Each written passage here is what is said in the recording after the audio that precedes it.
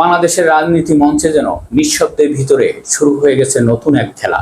কিন্তু এই খেলায় কে এগিয়ে আর কে পিছিয়ে তা নিয়ে এখন চলছে তীব্র আলোচনা। বিশ্ববিদ্যালয় ক্যাম্পাসগুলোতে সাম্প্রতিক উত্তেজনা ঘিরে মুখোমুখি বাংলাদেশ জাতীয়তাবাদী ছাত্রদল এবং বাংলাদেশ ইসলামী ছাত্র শিবির। প্রথমে মনে হচ্ছিল এটা হয়তো সাধারণ ছাত্র রাজনীতির সংঘর্ষ, কিন্তু সময়ের সাথে সাথে পরিষ্কার হচ্ছে এর পিছনে ছিল বড় ধরনের কৌশল। দলের ভিতরে আলোচনা উঠে আসছে, তারেক রহমান ছাত্রদলকে একটি নির্দিষ্ট পরিকল্পনা অনুযায়ী এগোতে বলেছিলেন। পরিকল্পনাটা ছিল প্রতিপক্ষকে উস্কানি দেওয়া, পরিস্থিতি উত্তপ্ত করা এবং সুযোগ বুঝে নিয়ন্ত্রণে নেওয়া। কিন্তু বাস্তব কি সেই পরিকল্পনার মতন চলছে? না, বরং দেখা গেছে উল্টো চিত্র। ক্যাম্পাসে কয়েকটি ঘটনা ছাত্র দলের কিছু নেতাকর্মী বিতর্কের মুখে পড়ে যায়, বিশেষ করে সাংবাদিকদের সাথে সংঘর্ষ, যা মুহূর্তে আলোচনার কেন্দ্রবিন্দুতে চলে আসে। পরিস্থিতি এমন পর্যায়ে চলে যায় যেখানে ক্ষমা প্রার্থনা এবং সাংগঠনিক ব্যবস্থার কথাও সামনে আসে। অন্যদিকে ছাত্র শিবির ভিন্ন কৌশল নেয়।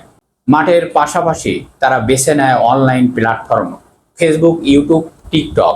সব জায়গায় শুরু হয় কন্টেন্টের ঝড়। তাদের দাবি তারা আক্রমণের শিকার, আর এই ন্যারেটিভ খুব দ্রুতই ছড়িয়ে পড়ে সারা দেশব্যাপী এবং সাধারণ দর্শকের মধ্যে। ফলে তৈরি হয় এক ধরনের ডিজিটাল ব্যালট ফিল্ড, যেখানে শুধু মাঠ নয়, লড়াই চলছে অনলাইনেও। এই অবস্থানের চাপ বাড়তে থাকে।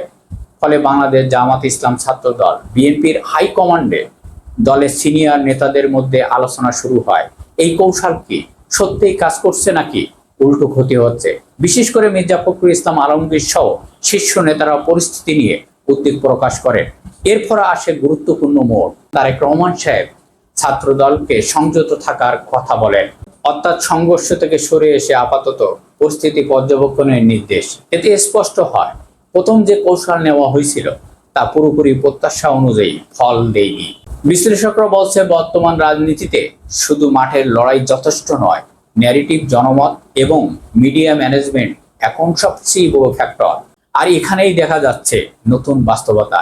একদিকে ক্যাম্পাসের উত্তেজনা, অন্যদিকে দেশের অর্থনৈতিক চাপ, দ্রব্যমূল্য বৃদ্ধি, জ্বালানি তেলের দাম, পরিবহন খরচ, সব মিলিয়ে সাধারণ মানুষের জীবনে বাড়ছে চাপ। এই পরিস্থিতিতে যে কোনো রাজনৈতিক ভুল পদক্ষেপ দলের জন্য বড় ধরনের ঝুঁকি তৈরি করতে পারে। সব মিলিয়ে বাংলাদেশের ছাত্র রাজনীতি এখন এক ক্লান্তি লগ্নে দাঁড়িয়ে। কৌশল বনাম বাস্তবতা, সংঘর্ষ বনাম জনমত, এই দুইয়ের লড়াই শেষ পর্যন্ত কে এগিয়ে থাকবে সেটি এখন সবচেয়ে বড় প্রশ্ন। বাংলাদেশ ছাত্র শিবিরের টান টান উত্তেজনায় ছাত্র দল পিছু হটতে বাধ্য হলো। দর্শক, আপনাদের কি মনে হয়?